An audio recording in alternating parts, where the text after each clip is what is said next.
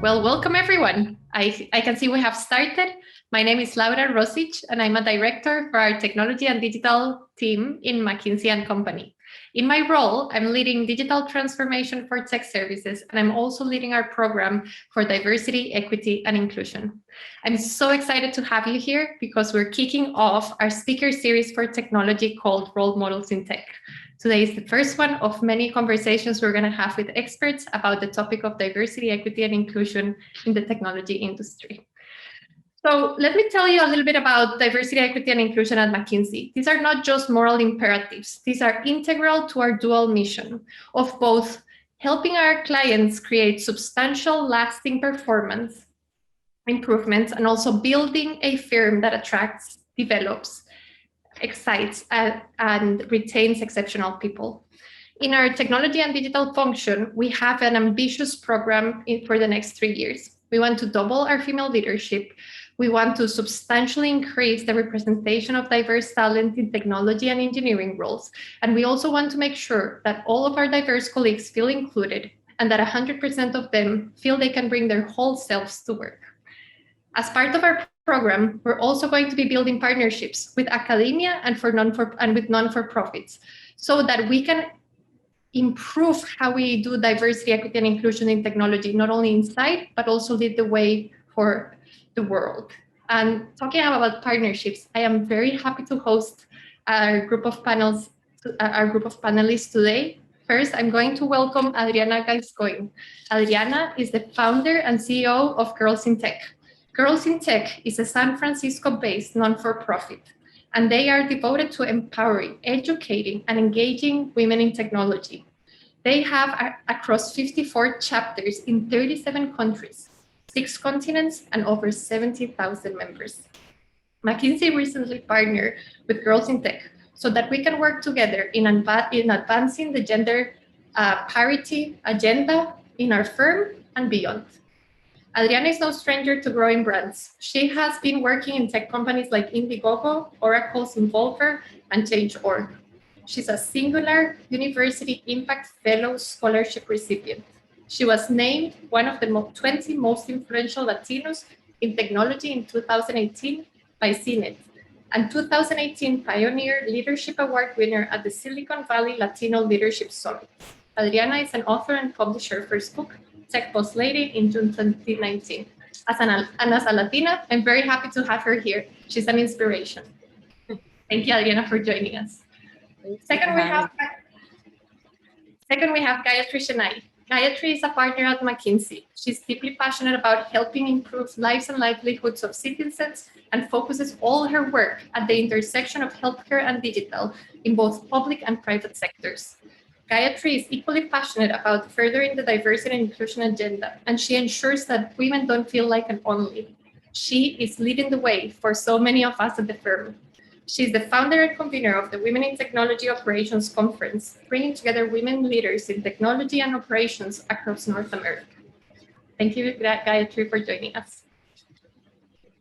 We also have Sastry. Sastry is our Chief Technology and Digital Officer for the Technology and Digital Organization within McKinsey. Previously, Sastry held Chief Digital Officer, Chief Data Analytics and CIO, and Global Technology Leadership roles at Marsh and American Express. He is a strong advocate for diversity, equity, and inclusion. He chairs our DEI program for technology and digital, and he's on the board of directors for Girls in Tech, the non-for-profit we just partnered with. And I can say he's an incredible ally. And last but not least, we have Petra Kubalchikova. Petra is one of my colleagues. She's a user research lead in technology and digital. She has over 16 years of experience in topics of strategy, business development, and hands-on research experience focused on technology and innovation. She's a champion and an advocate of user voice, and she is always driving us towards building user-centric cultures. She's an amazing thought partner, and she's a passionate advocate of fairness, diversity, respect, and reducing global inequality. So welcome, everyone. I'm so excited to have you here, and I'm going to pass it on to Petra, our host, to begin the conversation. Thanks, Lau, for the lovely introduction. That was wonderful. And welcome, everybody. Before we get started in what's definitely going to be a very engaging conversation about creating pathways for women in tech, I wanted our speakers to have a chance to introduce themselves as well. Adriana, I'd love to start with yourself. I'm sure since 2007, you've told the story countless times about the journey of girls in tech, but maybe if you can share with everyone listening today and let us know what's still motivating you 14 years later. Yeah, well, thank you so much for having me here, Petra, and the rest of the McKinsey team. It's such a pleasure, and it's been such a wonderful journey working with you guys in the partnership. So thank you so much.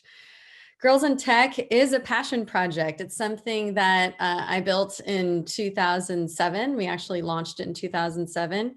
And it was a result of working at a startup and being the only female.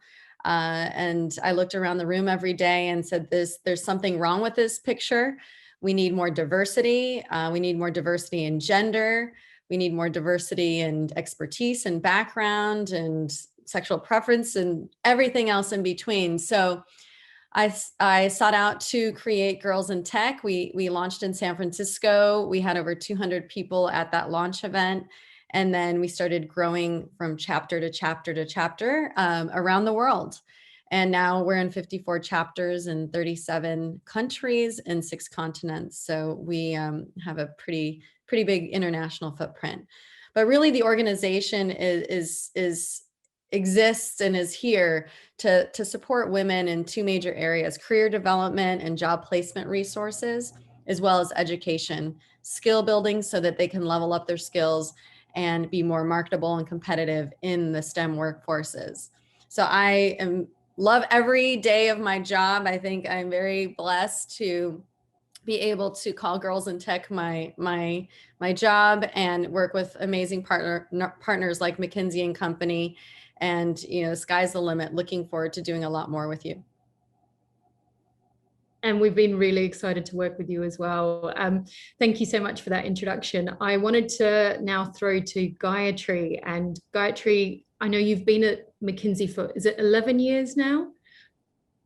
Yeah, close to 11 years. Amazing. I'd love to hear a little bit about your career path and what connects you to this space about gender parity in tech. Sure. So first of all, very excited to be a part of this discussion with this esteemed panel here today. I am a twin, so I have a brother, and I grew up in India, where it's still, I would say, a very patriarchal society. But I was privileged in that my parents gave us equal opportunities. So growing up, my brother and I, we went to the same school, same class, similar curriculum, and we both had the opportunity to dream, to aspire, to become who we wanted. And that support, while I did not realize it then, I think in hindsight was and has been a pivotal moment for me in how my life has evolved.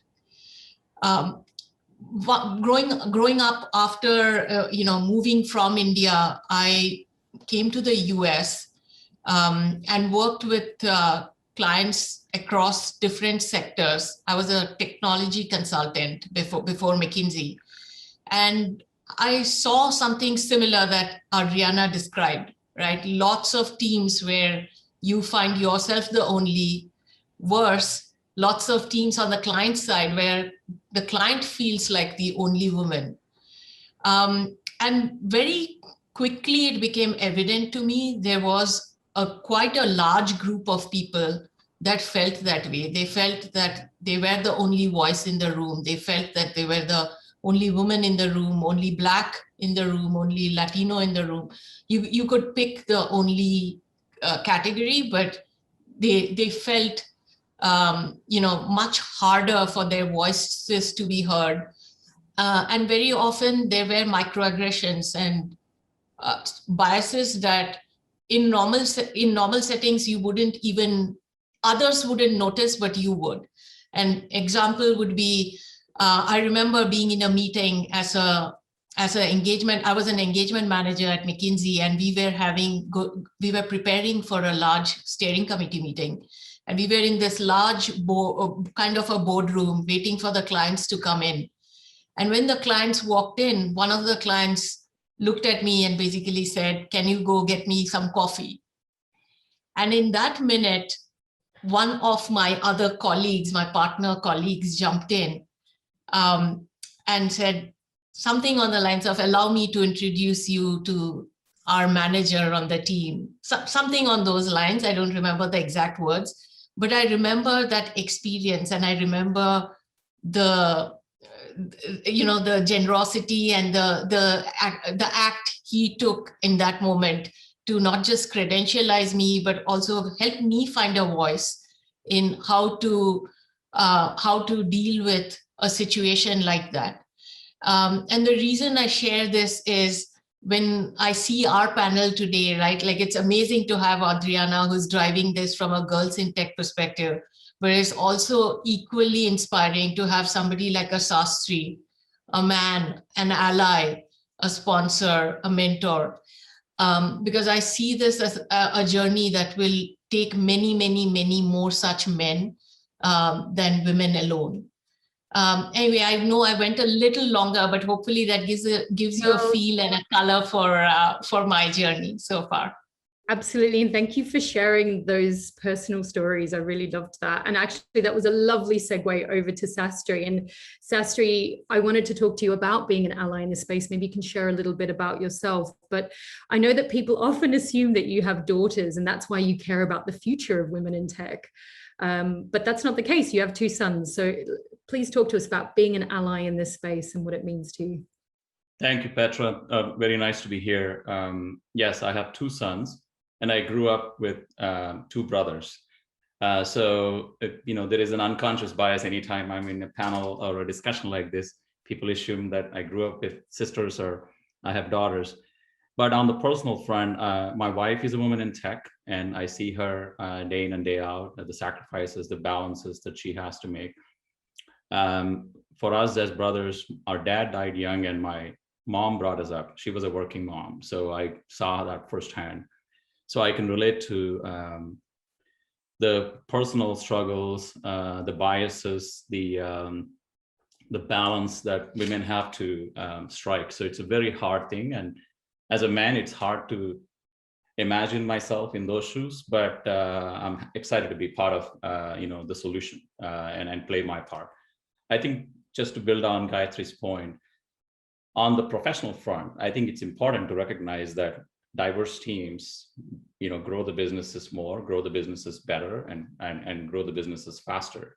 So outside of the personal connection to this point, I think it's very important that there is absolutely a business element to this question. And that's what really makes me even more motivated to drive this solutioning part and working with, partners. Like, obviously, I've been fortunate to work with Adriana for a number of years now and learned a lot from her and the rest of the board. So that was really great. Technology is redefining a lot of businesses. So the way I think about this problem is we already have a major gender diversity issue in tech, but tech is becoming part and parcel of a number of businesses, which means the gender diversity issue gets compounded because there's a gender diversity issue in these businesses. Now you multiply that with the gender diversity issue within tech, you have a bigger problem.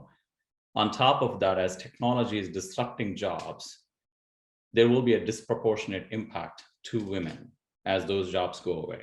So that is another big challenge. And then lastly, there is a bias that's going to be built into the AI that's going to replace some of this, right? So we have to prevent that from becoming a monster by itself. So I think it's a very complex issue. I think every step matters. So I'm excited to be here and with this panelist and become part of the solution. Amazing, thank you. And yeah, definitely a complex issue. And I think you touched on a few of the benefits there that organizations, can reap if they get involved in this space. Adriana, I'd love to ask you and bring you into the conversation. There's, I'm sure, a lot of positive examples you've seen. Often in the media, we see some negative examples around what's happening in this space, but I'm sure you've worked either with your corporate partners or have some examples of positivity and what diversity in this space can do. Yeah, there's so many amazing examples. And I have to say, from the time that I started Girls in Tech in 2007 to present day, even though the headlines can depress us and deflate us at times, there is light at the end of the tunnel.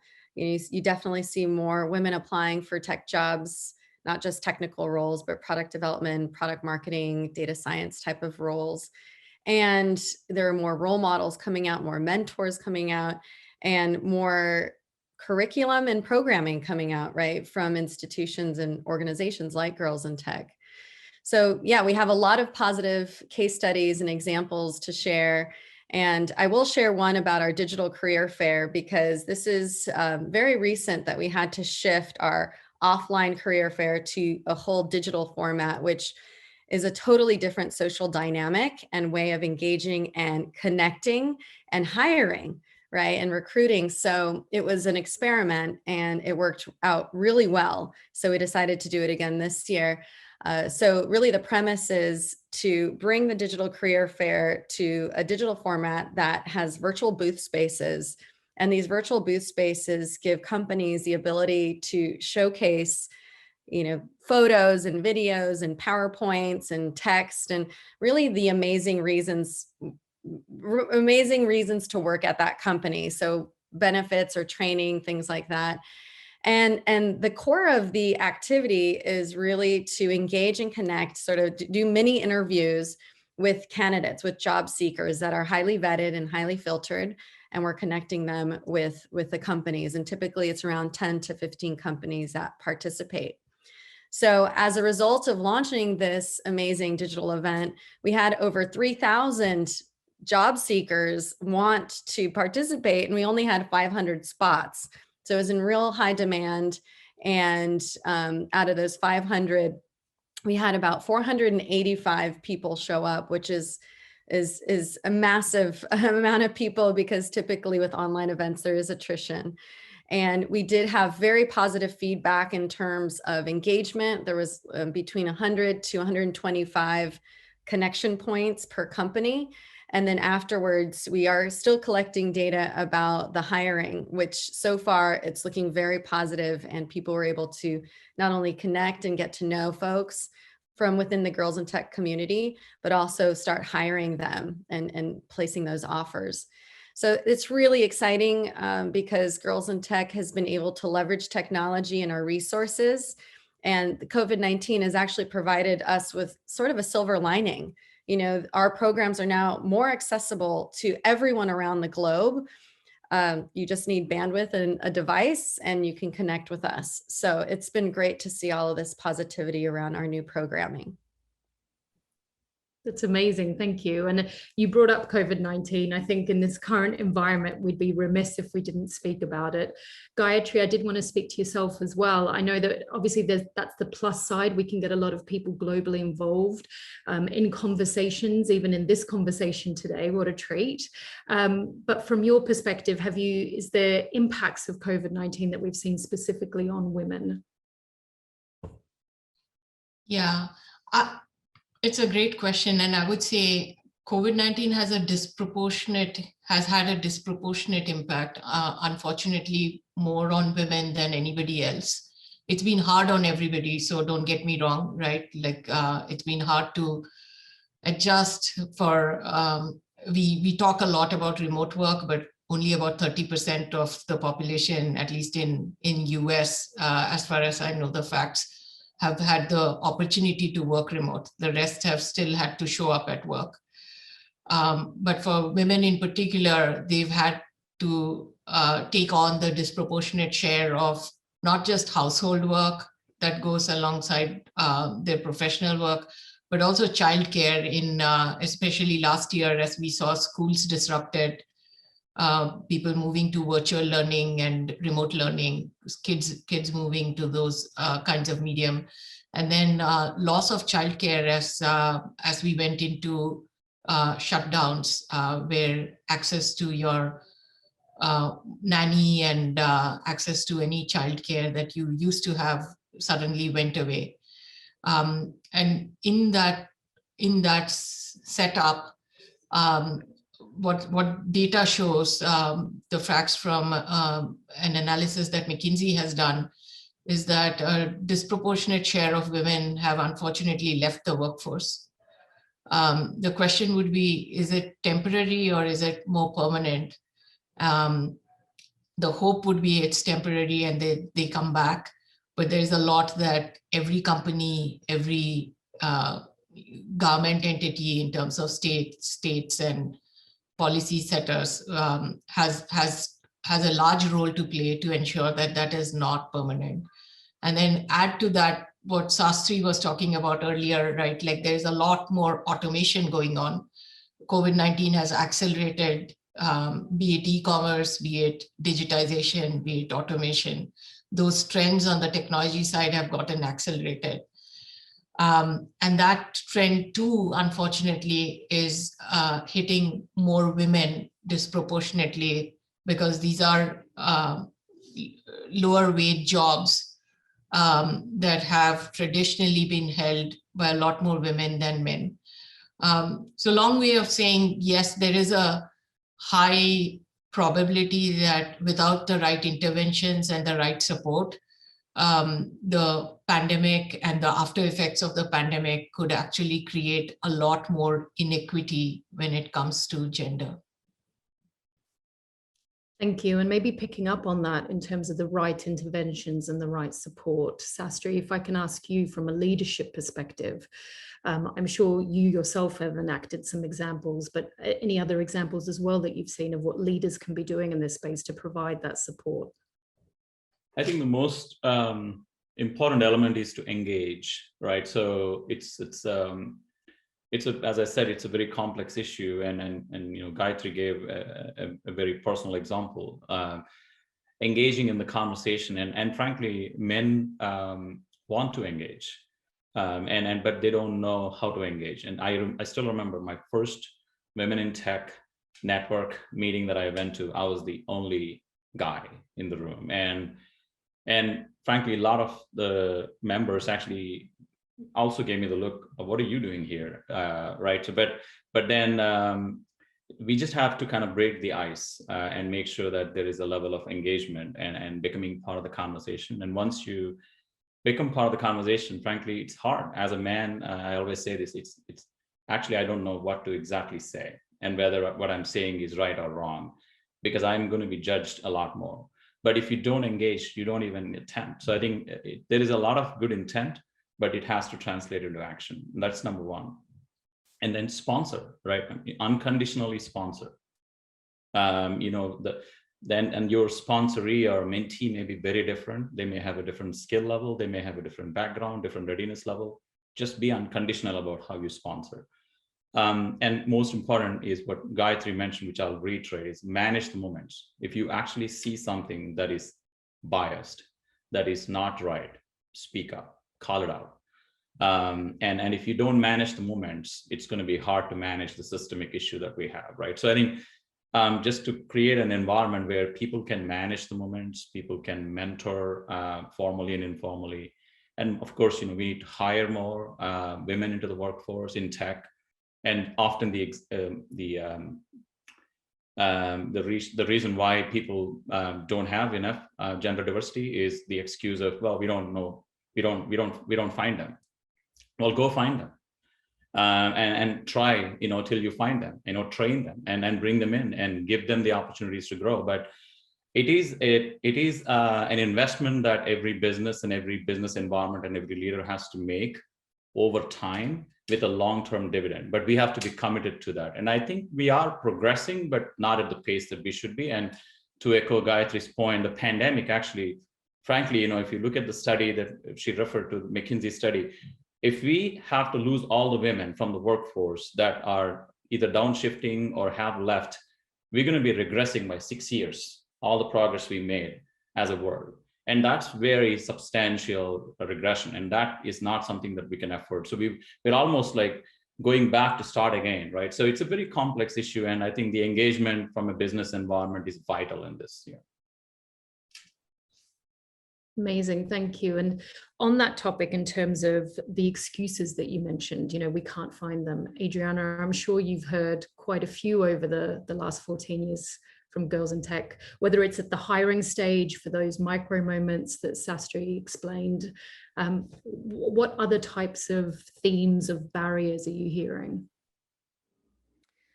Well, it depends on who you're asking. I guess it's from the corporate sector and hiring committees or HR folks, recruiters. It's typically, they don't exist, right? Women don't exist. They aren't applying for jobs. We don't know where to find them.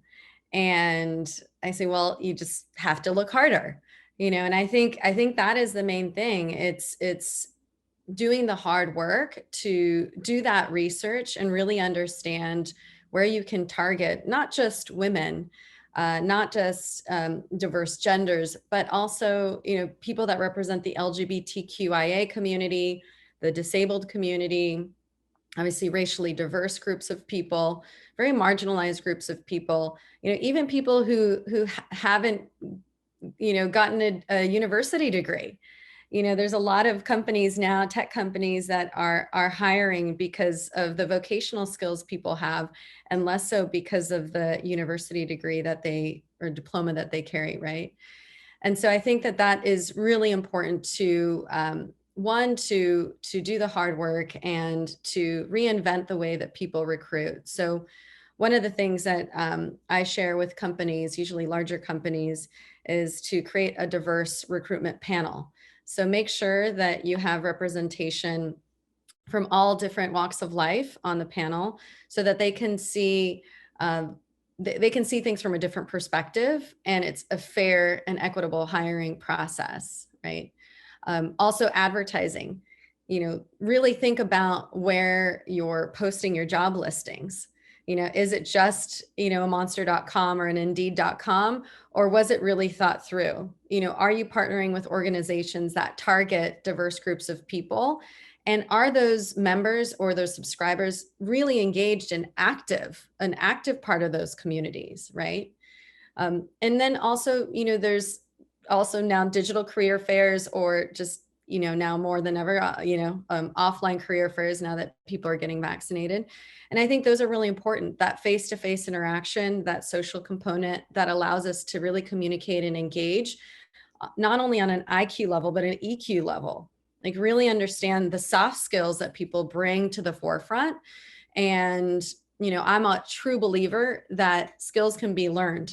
And if you have the right attitude and you have the wherewithal to work hard, then you can learn anything. And my team, or a few people on my team, have actually proven that, and they've been with me for over 5 years. So I really do believe in investing in finding the right talent, and also retaining and making sure that they stay happy, productive, and healthy and safe within their work environments. Amazing, thank you. And I think actually that brings to the point in the forefront, hiring is one piece, as you said, but development is the other piece, developing from the inside. And Gayatri, I see you nodding there. From that development standpoint and point of view, I think we've heard a couple of elements like sponsorship or being able to speak up in the moment, but what else is important, and what can anyone listening to this talk take away in terms of what they could be doing tomorrow? Well, that's Saturday, but on a work day be doing in terms of supporting development? Yeah, it's a great question, and I would split this up into different segments of the audience who might have joined us. So if you're a woman, right, like my advice and my ask would be stay in STEM, embrace STEM. Get into STEM, like Adriana described. There's more demand than you can ever imagine. So it's up to you in terms of what role you want to play, what kind of skill set you want to develop. But there are enough opportunities, and there will continue to be enough opportunities in STEM for the foreseeable future. So that would be the advice I would have for women. And if you are one who is already in STEM but has been contemplating, and in that pool of people that Sastry and I described that is largely leaving or stepping back from the table because of how hard it has been with COVID. The best advice there would be, don't leave right now. It's going to get easier. Find the help you need to brace through the period. And sometimes, by the way, this is another thing we notice, right? Like people leave because they think financially it might be a wash right now to get the help I need versus to go to work. But what you do need to take a look at is over a period of time, right? Like not now when I need the help, but when I'm closer to retirement, I would have more than made up for if I stayed in the workforce right now. So taking a little bit of a longer term view in how you think about your plans and continue to figure out how you get the right help you need to ensure that you continue to stay. That would be the advice on the women front. On the men front, I do hope many more have joined us today that want to be allies, that are sponsors and mentors. And I cannot undersell like the amount of growth I have had personally because of the way men have chosen to mentor and sponsor me. I've grown up in a world where there were even less women, if you can imagine, in the workforce, in the technology workforce than we have today. And most of my mentors and sponsors have been men. I've been lucky to find them. I've been lucky to have had them. And the best advice I would give, and Sastry talked a bit about it, it's hard for those men to know how to engage or how to provide the feedback, because very often I've heard stories where my men colleagues would say, I find it hard to tell you this is a developmental thing, or you could have tried saying this way and it would have been much more effective, because I'm scared. Will I come across wrong? Will I see tears? Right? Like, so there's a bunch of emotions that sometimes comes with us, but then makes it harder for the party that is giving us this feedback. And there's no way to continue to develop and grow without the constructive feedback and developmental feedback from your mentors and sponsors. So the advice there would be, again, seek them for the women, and for the men would be embrace women who are looking out, who are seeking out these mentor-sponsor relationships. And to Sastry's point, engage with them, give them opportunities, give them feedback, give them things that would stretch them and help them continue to grow. Amazing. And I'm just thinking, you were talking about feedback and development, and I'm thinking about advice again that anyone listening could take away. What's valuable advice, Adriana, that either you feel is imperative to impart to everyone, or what's the best piece of advice you've personally received in this space? Wow, I could answer that in so many different ways. I would say that, one piece of advice that I give my mentees is take risks. The only way that we can succeed as entrepreneurs or intrapreneurs is to take those risks and really believe in yourself, right? And I think that is one of the main reasons I didn't actually do Girls in Tech full-time for several years before I went full-time in 2015. And I thought of it as more of a passion project, a hobby, something I love, something that I see that I know was needed within the industry. But I was scared. Like, I was really scared to push in all the chips. And it wasn't until rubber met the road and I was stuck with a pretty large contract for a big conference in Phoenix, Arizona, and I couldn't get out of the contract. And it was a partner of mine who signed off on the contract, and then she decided not to be involved during that process. And then, I was sort of stuck with that contract and going in with tears in my eyes, 3 or 4 times to renegotiate and say, please, I'm a nonprofit. I have a full-time job on the side, and I just don't have the money. And I think it was around $95,000. And then, if I can't pay it, or if the organization can't pay it, then I have to, right, personally.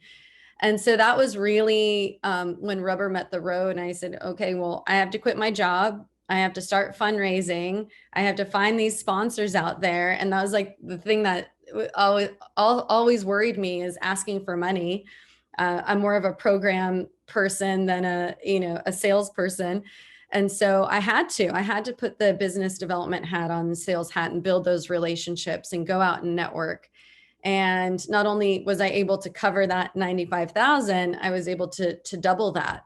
And so at that point, that really helped build my confidence, and I knew I could do it. And I said, this is something that, wow, I should have done a long time ago, so it's almost like grabbing the bull by the horns, take those risks. If you want to be an entrepreneur, then go out and do it. It's never too late. And we have all the resources and education and support at our fingertips now with everything so virtual. So that would be my advice to everyone out there. Gayatri, I see you nodding to taking risks. Yeah, and it's great advice, Adriana. I love it. I would also add to that to say it's good to seek advice, and that might be the easiest way to find sponsors and mentors. And when you frame the question, Petra, like I was thinking, right, like what's the best advice? I don't know that there is anything like bad advice. It's nice to have lots of different points of views that you can actually consider and figure out for yourself what resonates, what doesn't. I'll give an example. Like I remember when I was much younger, I was working on how to be a lot more vocal in large group settings. And I probably got like 25 different points of views and different ideas from different people. I would ask people, like, I'm trying to work on this. What's the best advice you got? And I remember somebody told me, say something in the first 2 to 5 minutes of the meeting, and just say something. And I remember trying that for my first couple of conversations, and it just did not work for me. It was not my style. That constant pressure of hearing tick tock, the clock's running, and there's my 2 minutes up, I haven't said anything, was very counterproductive. It didn't really work for my style. And I quickly scratched it off my notepad. But I think that's the beauty of having and seeking advice, that you can figure out what works for your style, and ensure that you almost use advice like a gift. You like it, keep it. You don't like it, you can throw it out, and nobody needs to know. The last thing on that front, I would say, is the best thing we can do for ourselves is being authentic, being who we are, taking pride in who we are, not feigning to be somebody who we are not. And like the participating in meeting advice is a little bit of that. Like, I cannot be somebody who I'm probably not wired to be. And so accepting that, being authentic, showing up as to who you are is a big step in ensuring that you belong. Because the one piece that we did talk about, feeling like an only, the other side to the only piece is you don't really feel like you belong here, right? Like you feel you stand out, you feel a lot more solo, and it doesn't help when you try and fit in. It creates a little more of that whirlpool effect. So the advice there would be, stay authentic, stay true to who you are, and take pride in who you are. It's amazing advice. Thank you. And I think that feeling of belonging has been touched on a couple of times. Sastry, if I throw to you, what's your thoughts on cultivating a feeling of belonging? It obviously requires effort and hard work within an organization. How do you go about that? How do you build that? I think I would echo some of the comments that Adriana and Gayatri made. I'll start with the men. I think it's important to represent that perspective for me. I'm going to put my men's hat on this one. It's hard to obviously engage in the right ways. One of the practical advices I would give to create the feeling of belongingness is, I've found that reverse mentoring is one of the best ways to learn about how to engage. So I have obviously a lot of mentees, and I do sponsor a lot of girls in tech. but I do also have mentees where I'm the mentee and I'm in a reverse mentoring relationship. And you can then bounce your questions, what to say, what not to say. And in general, I actually would say that not just for gender diversity, for diversity, equity, and inclusion in general. I do have reverse mentoring, with a Black colleague in our McKinsey Black network, where I do get, coaching and insights as well. So I think that's one I would say. And I think the second thing I would say is to create the sense of belongingness, highlight the role models. I mean, we have role models here. We need to make sure that those role models are more seen and more visible so that there is inspiration for, 26% of the computer science workforce is women. Half of the workforce in the world is women. So there is a very big disproportionate issue at hand, right? So we need to inspire more. Obviously, Adriana's point on the silver lining of the pandemic is the world has become more virtual and more flexible. So there's actually more opportunities that are going to come up, which means that if you are a non-technologist and if you want to learn technical skills, this is the time, because there will be a lot more opportunities. We need to inspire more women, more girls to get into STEM, even if they haven't done STEM for their whole life. And this is the time. So celebrating role models and highlighting those opportunities, I think, is the other advice I would give in creating the belongingness.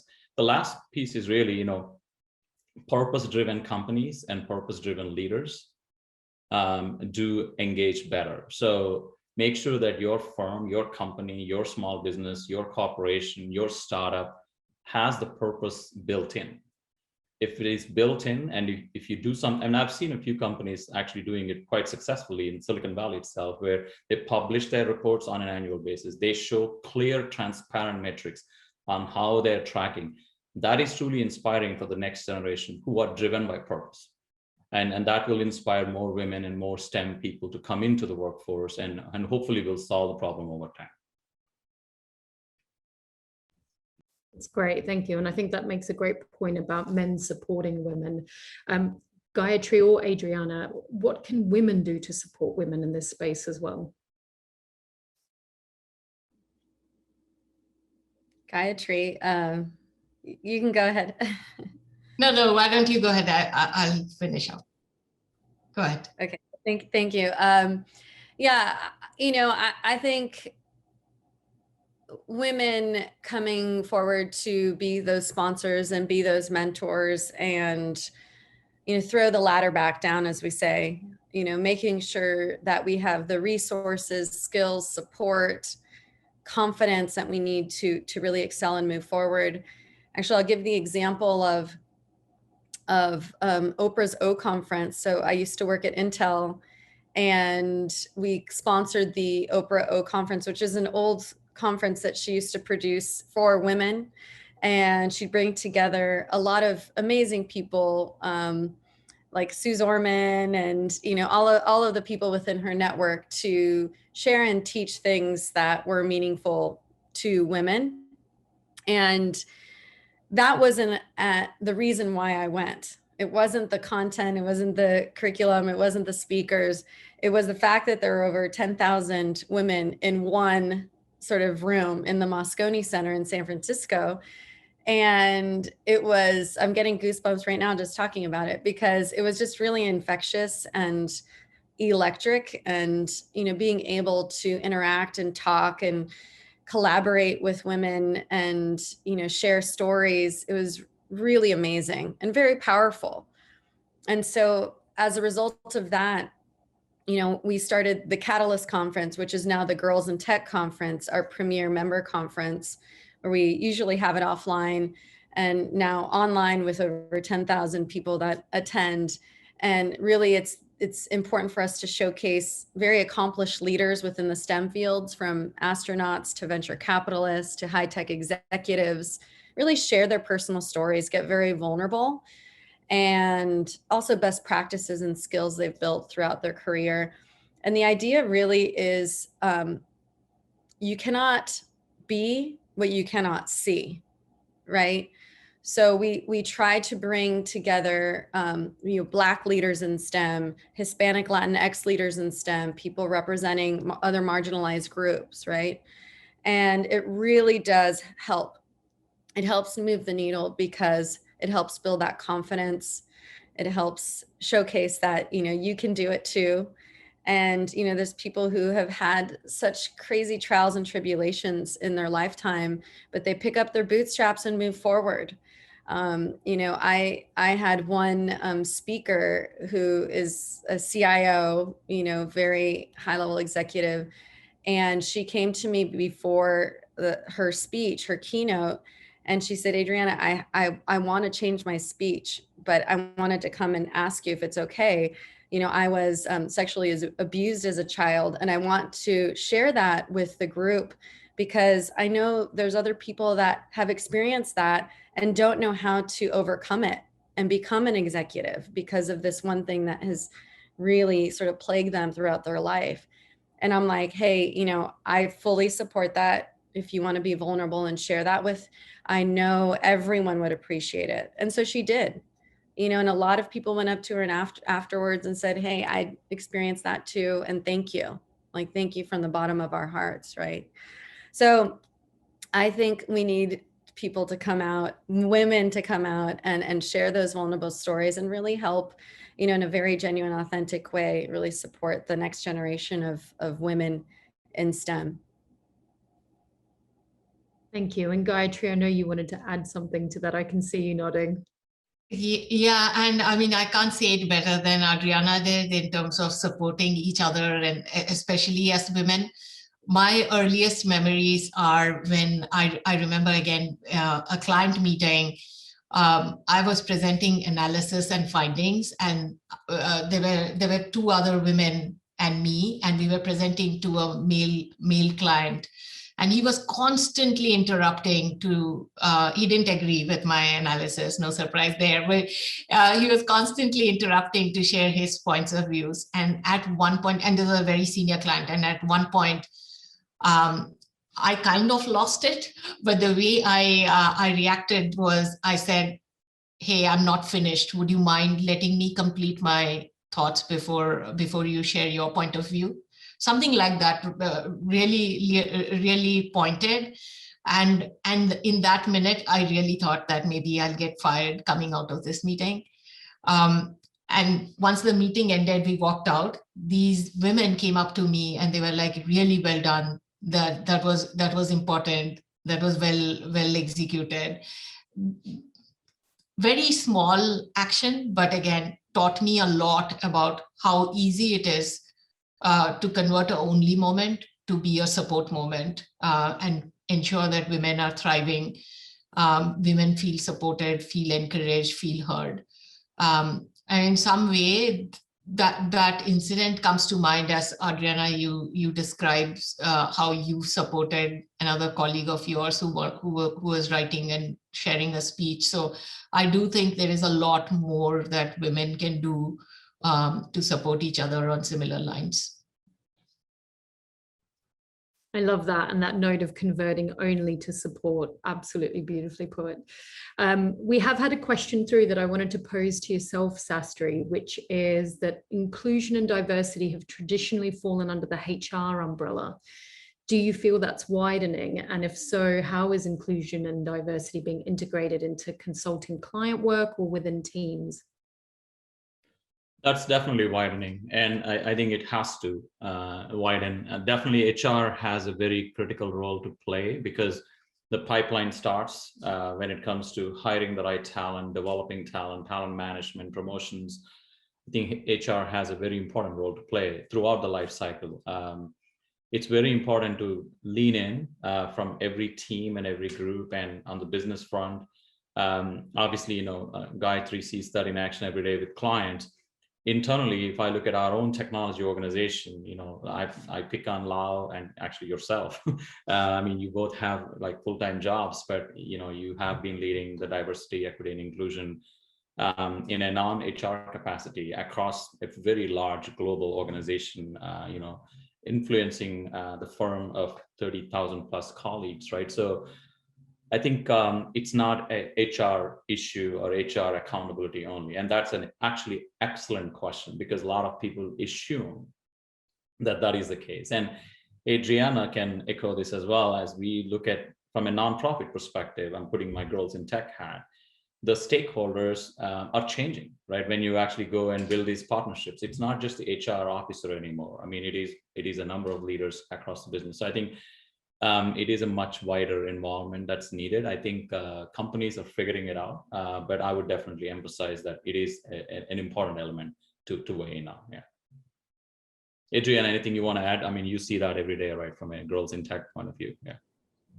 Yeah, I mean, it's definitely shifting the people we work with. I mean, at one point it was more marketing and the CMOs of large corporations, and then it was HR representatives, and then recruiters, and then now it's more DE&I more than ever, right? So you do see more this being a bona fide role within corporations.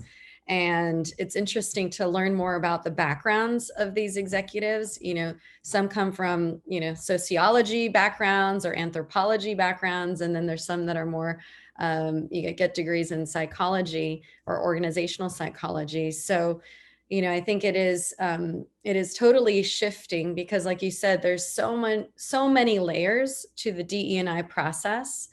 And there is a lot of work that needs to be done. So it can't be done just by one person. I think it has to be a DE&I team, and there has to be work like an audit and implementation and trying out new tactics, like new policies and training programs, even new technologies, and then also measuring outcomes of the tactics that you've tested out, and then reinventing it, right? And then doing it again.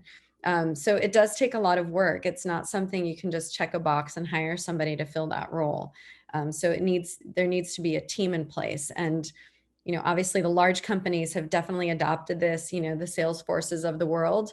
But I also recommend that the smaller companies, the medium size, or even startups do this, because this definitely helps with building a company culture and definitely helps with retention of really top-notch talent.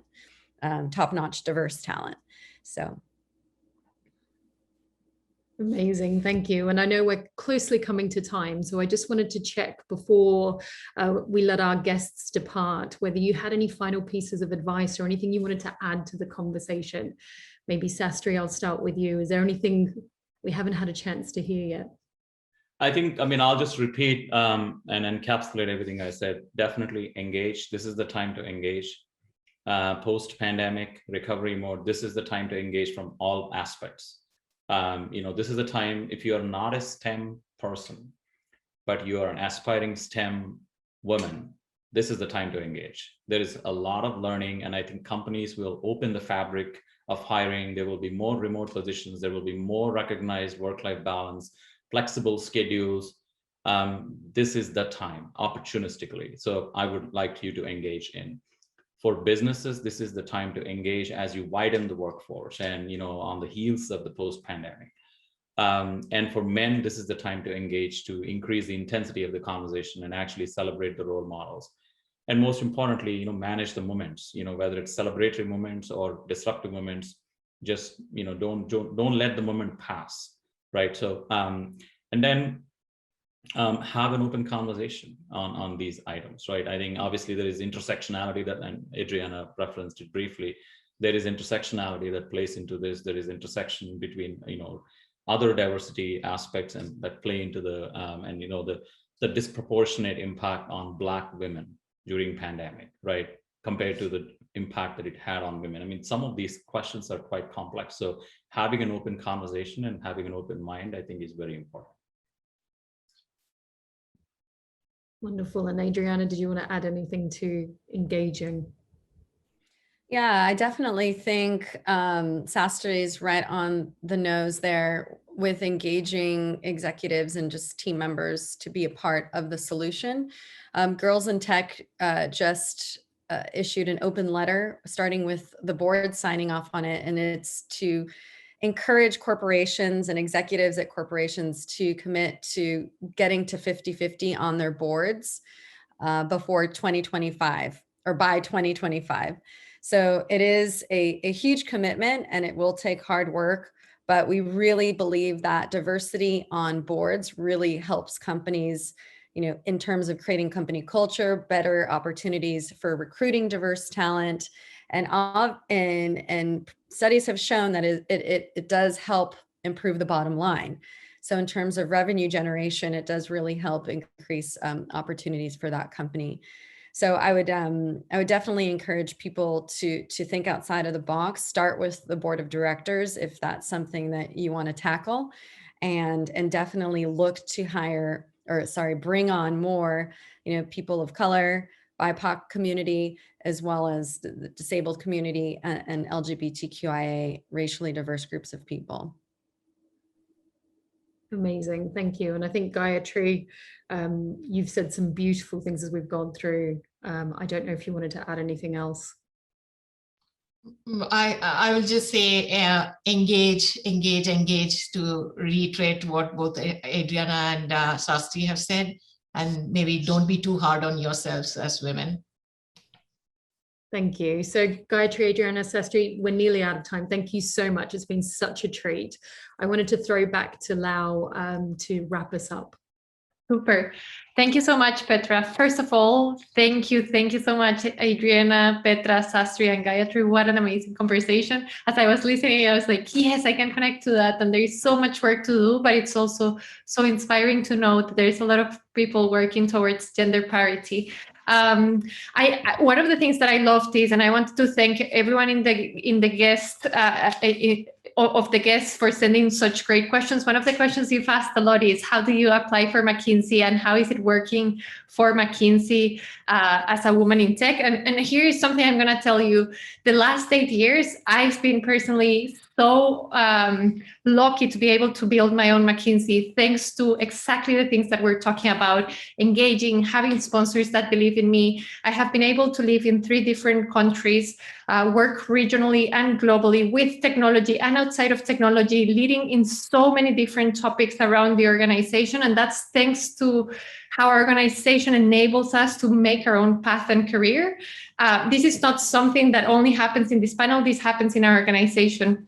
And technology and digital is the place where we create the technology that enables our consultants to create great impact in the world. So if you're a product manager, a design lead, a user researcher, an agile practitioner, if you're an engineer, anything that has to do with technology, apply. We would love to hear from you. I'm posting right now a link if you want directly to technology and digital. And if not, you can go to mckinsey.com/internal roles. We would like to hear from you. Write us on LinkedIn as well. And thank you so much for participating. And thank you for a great conversation, Petra and everyone. Thank you. Thanks all. Have a lovely weekend. Thank you, Petra. Bye, everyone. Bye, everyone. Thank you. Bye.